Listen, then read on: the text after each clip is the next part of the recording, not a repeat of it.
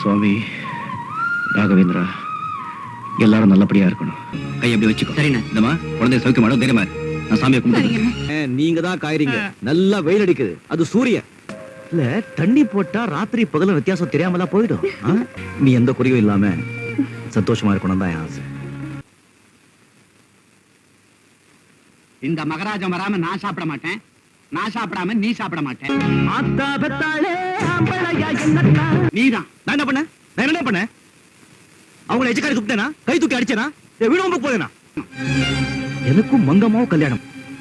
நான் கல்யாணம் பண்ணிக்க போறது சீதாவை தான். இத பாரு, இத பாரு. அட்டா, ஏன் வெயில உட்காந்துருக்க? கத்துல போற, உள்ள போய் உட்கார். உங்க எல்லாருடைய நல்ல மனசாலியும் ஆசீர்வாதாலையும் எங்க கல்யாணம் நல்லபடியா நடந்து முடிஞ்சு போச்சு. கடவுள் எனக்கு கண்ணு கொடுக்கலனாலும் கடவுள் மாதிரி மனசுள்ள உங்களை எனக்கு புருஷனா கொடுத்திருக்கிறாரு. சீதா,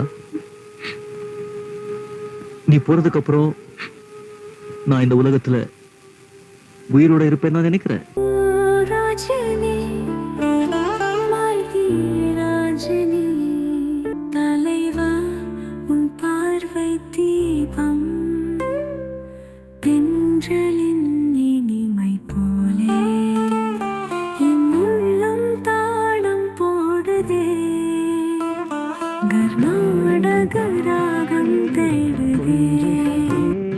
மரியாதையா நான் கேட்கறதெல்லாம் கொடுக்கலன்னா நானே எல்லாத்தையும் எடுத்துக்கிறேன்.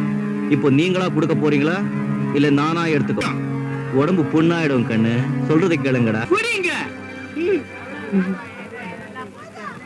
அண்ணே, இந்தாங்க அரிசி. இனிமே நீங்க வர வேண்டாம், சொல்லி அனுப்புங்க, நாங்களே கொண்டாந்து கொடுத்துடுறோம்.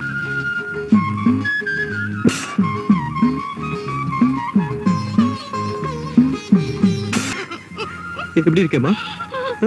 எப்படி இருக்க கண்ணா? நீ அழக்கூடாது, நீ அழவே கூடாது. யாருடா சீதாவை கெடுத்தது?